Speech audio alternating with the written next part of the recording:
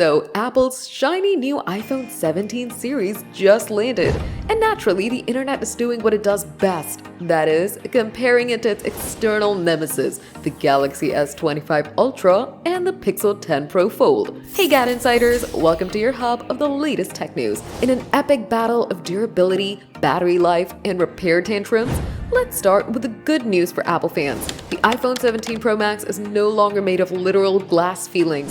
It survived 180 drop tests, that's 179 more than your average drop rate. But while Apple finally left the brakes, even if you just look at a club, Samsung and Google still flex harder, both enduring 270 drops like overachievers in an athletic class, earning top-tier Class A toughness.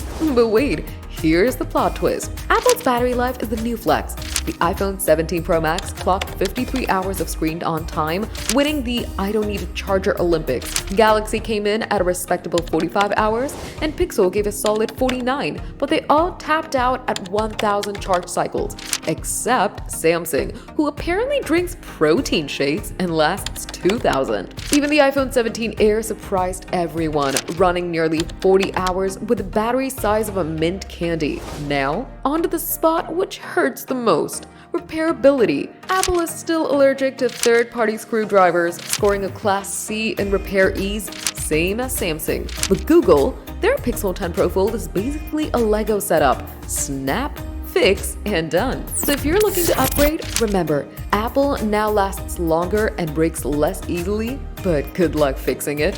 And fixing problems goes for Samsung too, with a short running time.